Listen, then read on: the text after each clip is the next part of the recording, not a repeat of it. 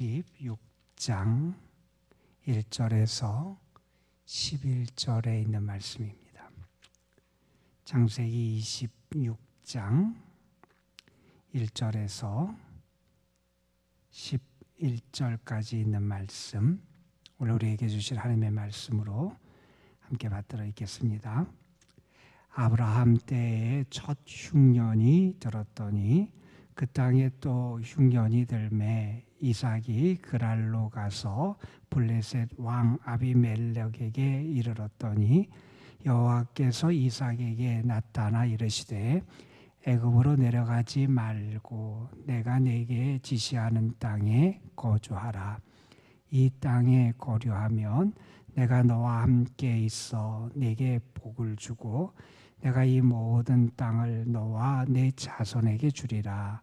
내가 내 아버지 아브라함에게 맹세한 것을 이루어 네 자손을 하늘의 별과 같이 번성하게 하며 이 모든 땅을 네 자손에게 주리니 네 자손으로 말미암아 천하 만민이 복을 받으리라. 이는 아브라함이 내 말을 순종하고 내 명령과 내 계명과 내 율례와 내 법도를 지켰음이라 하시니라. 이삭이 그랄에 거주하였더니 그곳 사람들이 그의 아내에 대하여 물으매 그가 말하기를 그는 내 누이라 하였으니 리브가는 보기에 아름다움으로 그곳 백성이 리브가로 말미암아 자기를 죽일까 하여 그는 내 아내라 하기를 두려워함이었더라. 이삭이 거기 오래 거주하였더니 이삭이 그 아내 리브가를 껴안는 것을 블레셋 왕 아비멜렉이 창으로 내다본지라. 이에 아비멜렉이 이삭을 불러 이르되 그가 분명히 내 아내거늘 어찌 내 누이라 하였느냐. 이삭이 그에게 대답하되 내 생각에 그로 말미암아 내가 죽게 될까 두려워하였음이로다.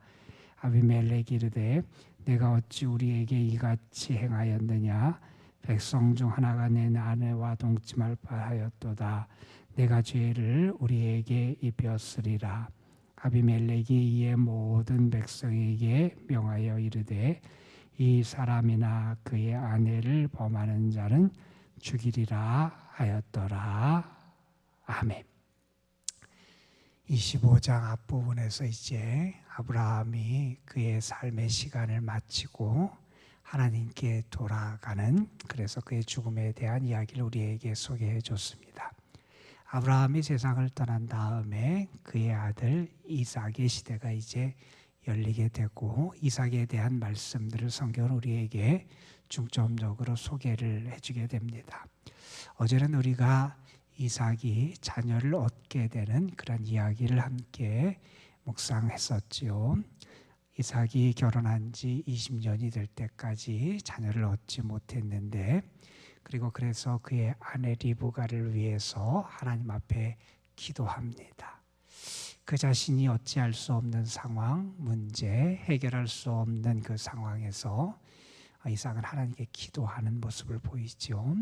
기도에 하나님의 응답하셨고 하나님의 응답을 통해서 이제 에서와 야곱이라는 쌍둥이를 출산하게 되는 그런 말씀을 우리가 함께 봤어요.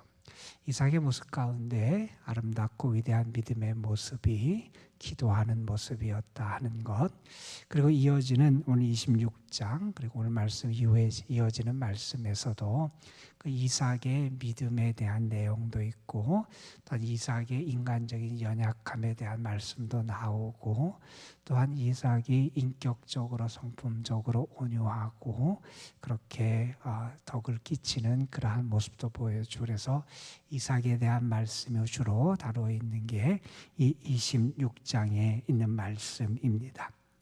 이 말씀에 보면 이삭의 시대에도 어려움이 찾아오는 이야기로 오늘 말씀은 시작하게 되지요. 어떤 어려움이 찾아왔느냐, 그 땅에 흉년이 들었다 그랬죠. 아브라함 때 첫 번째 흉년이 들었었는데 이삭 때에도 그 가나안 땅에 흉년이 들게 되었다 하는 거죠. 흉년이 든다고 하는 것은 먹고 사는 문제가 이제 그 생명의 문제와 직결되는 사항이라 아주 심각한 문제였고, 자, 그 흉년을 만났을 때 이삭이 어떻게 하느냐. 이삭이 그의 아버지가 생각했던 것처럼 아마 애굽으로 옮겨갈 생각을 했던 것 같아요. 2절에 있는 하나님의 말씀을 보면 그는 애굽으로 내려가서 이 어려운 때를 피하겠다 이런 생각을 했던 것 같아요. 애굽에 풍족한 곡창지대가 있고 그 땅에서는 이 다른 때의 기근 때문에 어려움을 겪고 흉년으로 말미암아 어려움을 겪는 다른 지역과 달리 지속적으로 무언가 농작물을 얻을 수 있는 여건이 있는 그 애굽에 내려가서 그 어려움의 때를 좀 피해 볼까 이런 생각을 했던 것 같아요. 자, 그래서 그가 이동하면서 블레셋 땅 그랄에 있는 그랄로 갔다 그랬어요. 그곳에 머물게 됐을 때, 자, 하나님이 그에게 나타나서 말씀하시는 내용을 오늘 본문 말씀은 우리에게 소개해 주고 있습니다. 자, 하나님이 지금 개입하기 시작하세요. 지금 이삭은 애굽으로 내려가려고 그래요.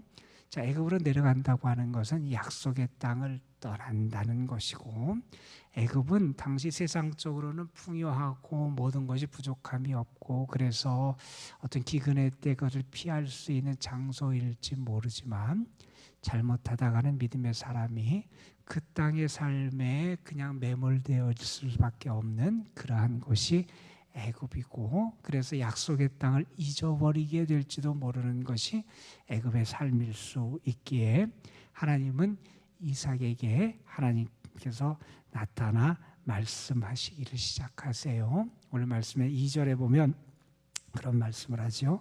여호와께서 이삭에게 나타나 이르시되, 하나님이 이 상황에서 직접 나타나세요.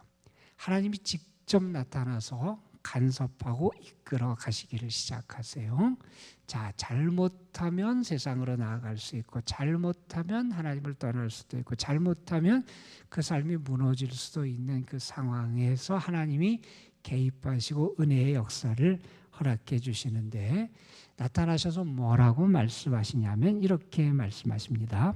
그가 애굽으로 내려가지 말라는 거예요. 애굽으로 내려가지 말고 내가 네게 지시하는 땅에 거해라.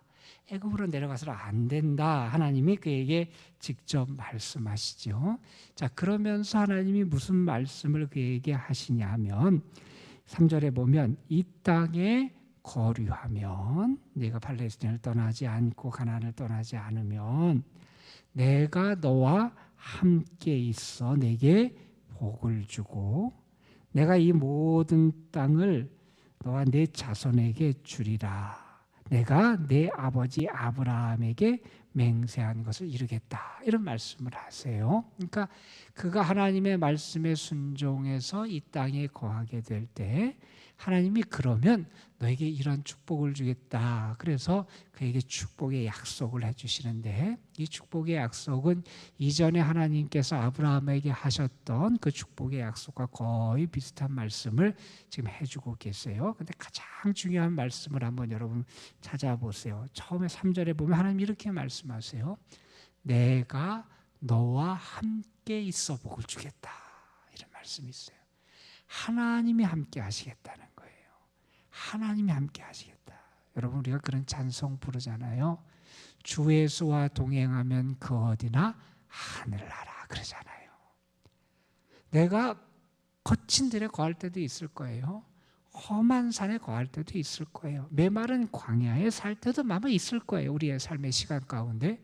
그런데 그런 모든 시간 속에서 우리가 경험하고 고백할 수 있는 것은 주 예수와 동행하면, 주님과 함께 살아가면 그것이 하늘나라가 된다는 거예요. 세상의 여건은 여전히 변함이 없을 수 있어요. 세상의 상황은 여전히 우리를 힘들게 하고 열악한 상황일 수 있어요. 우리가 살아가기에 불리한 조건들이 가득한 세상일 수 있어요. 그런데 그 상황이 우리의 삶을 규정하는 게 아니라, 그 상황이 우리의 삶을 좌우하는 게 아니라, 우리의 삶을 이끌고 결정하는 건 뭐냐? 주님과 함께 하느냐, 그렇지 않느냐가 중요하다는 거잖아요. 정말 중요한 것은 주님과 함께 하는 거잖아요. 내가 어디에 있느냐가 중요한 게 아니라 누구와 함께 살아가느냐가 중요하잖아요. 누구와 함께 살아. 그런데 이 하나님의 말씀을 지키며 살아가면, 이 하나님의 말씀에 순종하게 되면 하나님께서 너와 함께 하시겠다 약속해 주시는 거예요. 여러분, 오늘도 하나님 우리와 함께 하실 줄로 믿습니다. 하나님이 우리와 함께 하심이 복이고요. 내가 어디에 살고 무슨 일을 만나든 하나님이 함께 하시면 우리에게 길이 열리게 돼 있고요. 하나님이 함께 하시면 은혜의 삶이 우리에게 펼쳐질 줄로 믿습니다. 여러분, 하나님 말씀하세요. 내가 너와 함께 있어 내게 복을 주겠다. 하나님이 함께 하시니 복이 임하는 거예요. 하나님이 함께 하시면 뭐라고 말씀하시냐? 또한 내가 이 땅을 너와 내 자손에게 주겠다. 그러니까 하나님이 함께 하시고 복을 주시고 이 땅도 내가 너와 내 자손에게 주겠다. 이렇게 하나님이 말씀하세요. 그러면서 하나님은 덧붙여서 말씀하시기를 내가 내 아버지 아브라함에게 맹세한 것을 이룬다. 하나님이 아브라함과 약속하셨잖아요. 언약을 맺으시고 아브라함에게 복을 주시고 그에게 축복의 말씀을 주셨는데, 아브라함에게 맹세한 것, 하나님이 자신의 이름을 걸고 맹세한 것이 이 축복인데, 그것을 하나님이 신이 이루어 주시기 위해서 어떻게 하시겠느냐? 4절에 보면 내 자손을 하늘의 별과 같이 번성하게 하며 이 모든 땅을 내 자손에게 줄 것이다. 내 자손으로 말미암아 천하 만민이 복을 받으리라. 그 하나님께서 아브라함에게 약속하신 이것을 너에게 이루어 주시겠다는 거예요. 어떻게 할 때? 내가 하나님의 말씀에 듣고 순종할 때, 하나님께서 이 땅에 거할 때, 그 땅에 거하며 살아갈 때 하나님이 이러한 약속을 이루어 주시겠다. 이렇게 말씀하고 계세요. 참 은혜로운 하나님이시잖아요. 우리가 실수하여 넘어질 것 같고 무언가 잘못된 길로 나아갈 수 있을 것 같을 때, 이때도 하나님이 우리 가운데 역사해 주시는 모습을 나타내 주시고, 그때 우리에게 하나님의 말씀을 주셔서 우리를 깨우쳐서 우리 발걸음을 멈추게 하시기도 하시고요. 그때 하나님께서 우리에게 축복의 약속을 주셔서 하나님을 믿고 순종하며 살아갈 때 우리에게 임하는 복을 또한 우리가 바라보며 살아갈 수 있도록 우리에게 소망의 은혜를 주시는 것이 우리 하나님의 역사하심이다 하는 거예요.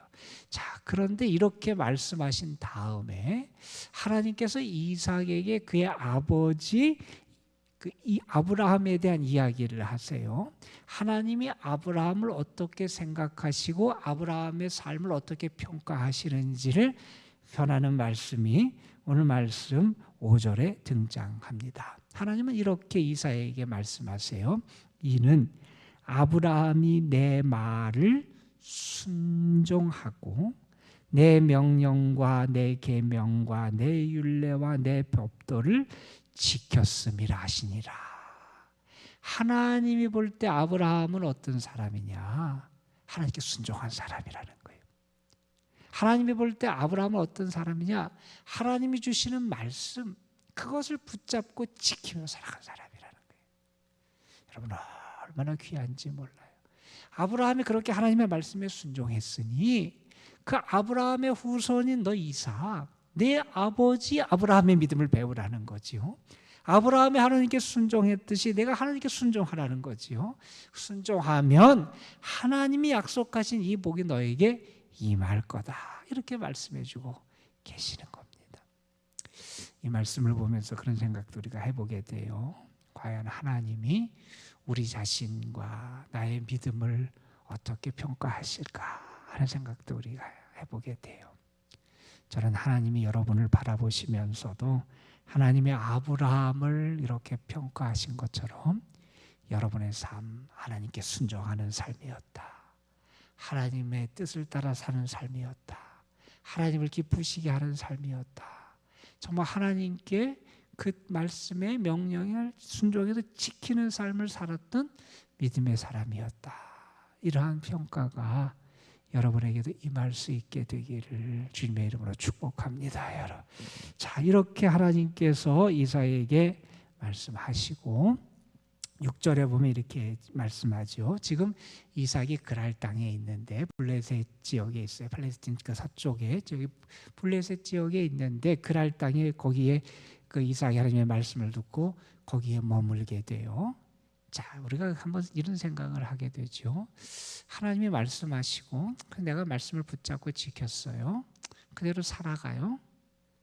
그러면 내 삶에 어려움이 없어야 되고 평안해야 되고 좋은 일만 벌어져야 되고 내가 실수하지 않아야 되고 뭐 이러한 게 우리가 기대하는 모습인데, 그런데 그렇게 하나님의 말씀을 받고 그의 발걸음을 애굽으로 향하지 않고 멈추고 그 땅에 거주하게 되는데 어떻게 되냐 하면 실수하는 일이 벌어져요. 그의 삶에 위기를 또 만나게 돼요.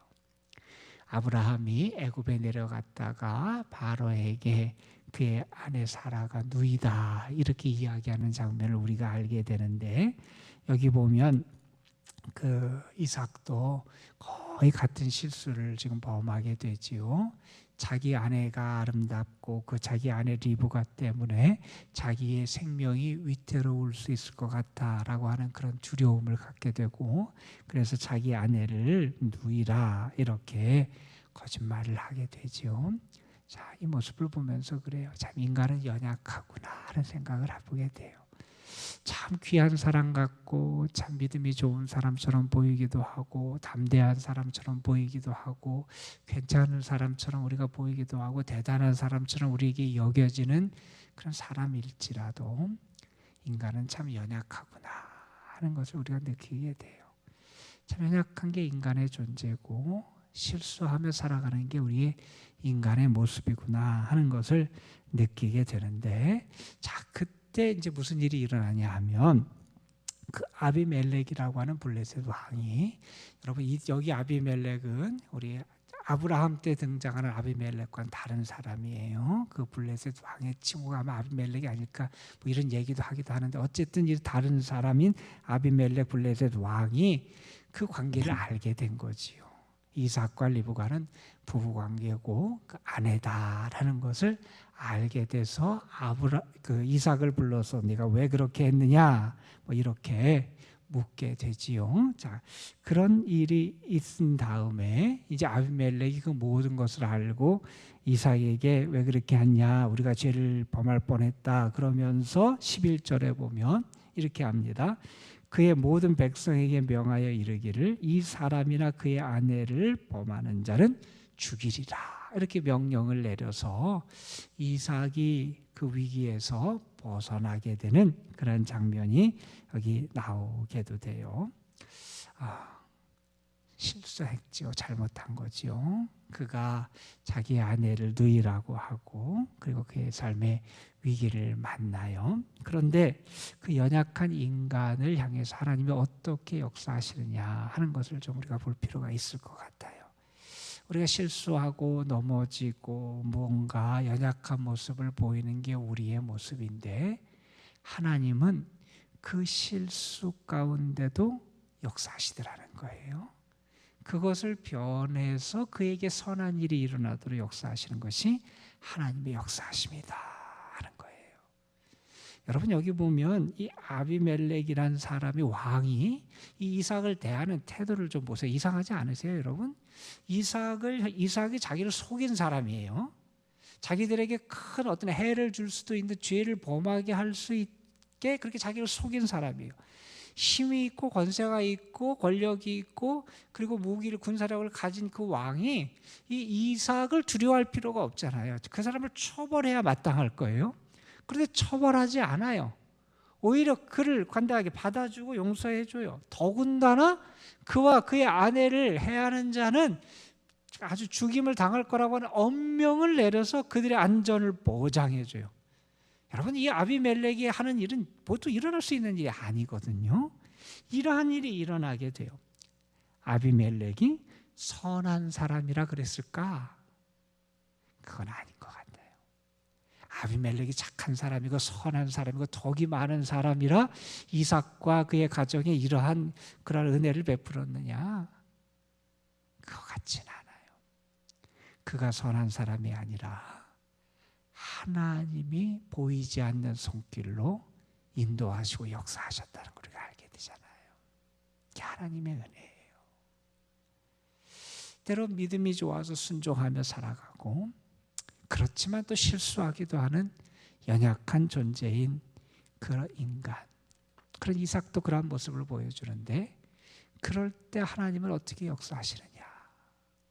하나님은 그 배후에서 보이지 않는 손길로 역사하셔서 그 위기와 실수도 변하여 선한 역사와 열매와 일로 될 수 있도록 변화시키시는 분이 우리 하나님이시다는 거예요. 조금 전에 우리가 찬양을 불렀죠. 우리는 주님 없이 살 수 없는 존재들이에요. 나 혼자 못 써요. 힘이 없고 부족하고 지혜도 없어요. 그게 우리의 모습이라는 거예요. 그런데 주님이 우리와 함께 하시면 우리가 그 상황도 이겨낼 수 있게 된다는 거예요. 주 없이 살 수 없는 게 우리의 존재라는 거예요. 오늘도 하나님 여러분과 함께 하시길 간절히 소망합니다. 여러분이 어디에 있든지 무슨 상황을 만든지 어떤 위기를 만나도 혹은 때로 여러분이 무언가 연약하여 실수할지라도 하나님이 여러분과 함께 하시는 은혜가 여러분께 분명히 있음을 기억하시기를 바랍니다. 하나님이 함께 하시는 자에게 하나님이 신실한 약속을 지켜주세요. 앞에서 하나님이 뭐라고 이사야에게 말씀하셨어요? 3절에 보면 내가 이 땅에 거류하면 내가 너와 함께 있겠다고 약속하셨잖아요. 지금 실수한 이삭이지만 그 이삭에게 하나님은 이 약속의 말씀을 지키시는 거예요. 그가 실수할 때도 함께 있겠다고 약속하신 말씀을 지키시는 신실하신 하나님, 그 하나님이 여러분과 함께하는 복된 하루가 되시기를 주님의 이름으로 축복합니다. 기도하겠습니다. 아버지 하나님, 오늘도 우리에게 은혜 주셔서 하나님 앞에 나와 기도하고 예배하고 주님을 찬양하고 하나님의 말씀을 의지하여 붙잡고 우리의 믿음을 하나님께 향하고 세우며 오늘 하루의 삶을 시작할 수 있도록 은혜 베풀어 주신 하나님 감사합니다. 어려움에 처했던 이삭, 그의 가정, 하나님이 때로는 직접 찾아가 말씀하시고 그 삶을 하나님이 인도해 주시기도 하시고, 때로는 그가 실수하여 잘못한 가운데서도 하나님이 그 배후에서 역사하셔서 그의 약속을 지키시고 함께 하시겠다는 하나님의 신실하신 그 약속을 성취하신 분이 우리 하나님이심을 다시 한번 깨닫게 해 주심에 감사를 드립니다.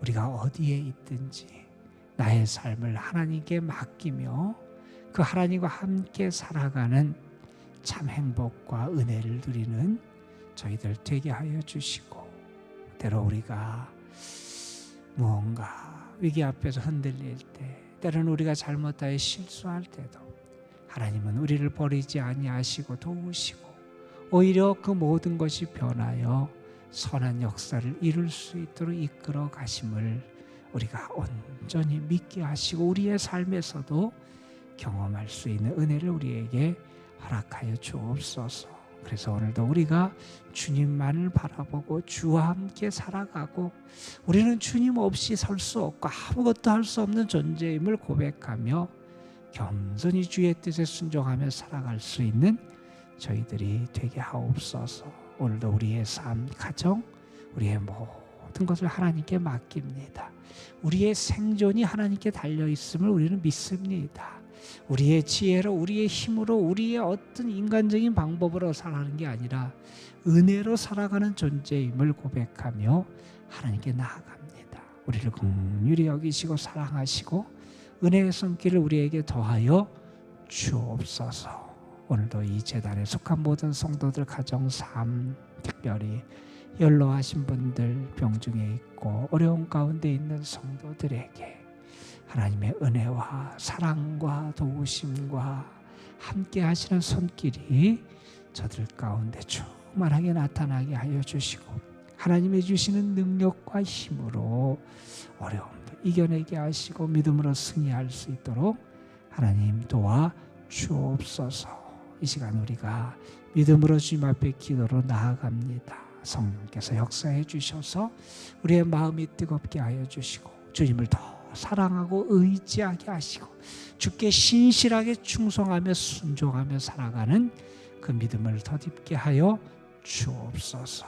주께서 이 시간도 하늘문을 여시고 우리에게 응답해 주실 줄 믿사옵고 우리 구주 예수 그리스도의 이름으로 기도드리옵나이다. 아멘. 하나님, 오늘도 우리를 사랑하시니 감사합니다. 오늘도 우리의 삶에 하나님을 바라보며 살아갈 수 있는 은혜를 주시고 감사합니다.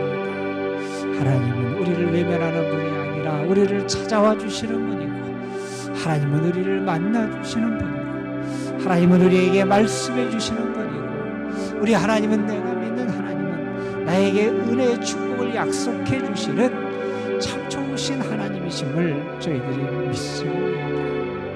아버지 하나님, 오늘도 그 하나님 안에 살아가는 성도들, 그 하나님만을 바라며 살아가는 성도들, 그 하나님을 믿으며 의지하며 살아가는 성도들, 그 하나님께 소망을 두고 살아가는 성도들